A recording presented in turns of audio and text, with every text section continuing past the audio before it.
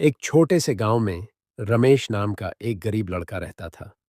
उसके परिवार की आर्थिक स्थिति बहुत खराब थी और उसे बचपन से ही खेतों में काम करना पड़ता था।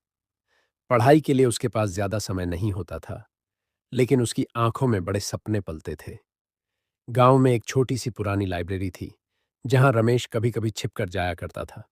उसे किताबें पढ़ने का बहुत शौक था, खासकर ऐसी कहानियां जो लोगों के जीवन को बदल देती थीं। एक दिन उसे लाइब्रेरी के एक कोने में एक पुरानी धूल भरी किताब मिली। किताब का नाम था सफलता की राह। किताब पुरानी जरूर थी, लेकिन उसके पन्ने ज्ञान और प्रेरणा से भरे हुए थे। रमेश उस किताब को घर ले आया और हर रात काम से थकने के बाद भी वह उस किताब के कुछ पन्ने जरूर पढ़ता। उस किताब में अलग अलग सफल लोगों की कहानियां थीं, जिन्होंने मुश्किलों का सामना करते हुए भी अपने लक्ष्यों को हासिल किया था। उन कहानियों ने रमेश के मन में एक नई उम्मीद जगाई। उसे एहसास हुआ कि गरीबी उसकी किस्मत नहीं है, और अगर वह मेहनत करे और सही दिशा में प्रयास करे तो वह भी अपनी जिंदगी बदल सकता है। उस किताब को पढ़ने के बाद रमेश का नजरिया पूरी तरह से बदल गया। अब वह खेतों में काम तो करता था, लेकिन साथ ही साथ अपनी पढ़ाई पर भी ध्यान देने लगा। उसने रात रात भर जाग कर पढ़ाई की, और जब भी उसे मौका मिलता वह लाइब्रेरी जाकर नई किताबें पढ़ता।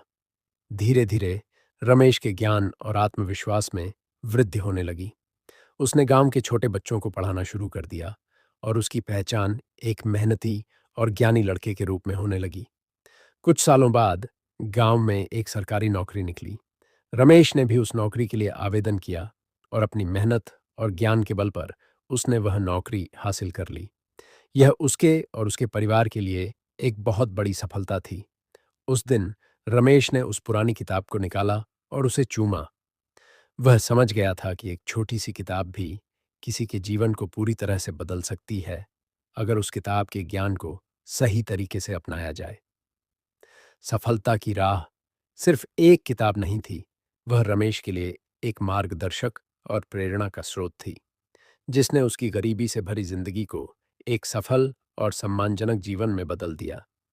इस कहानी से हमें यह सीख मिलती है कि किताबें हमारे जीवन में एक महत्वपूर्ण भूमिका निभा सकती हैं।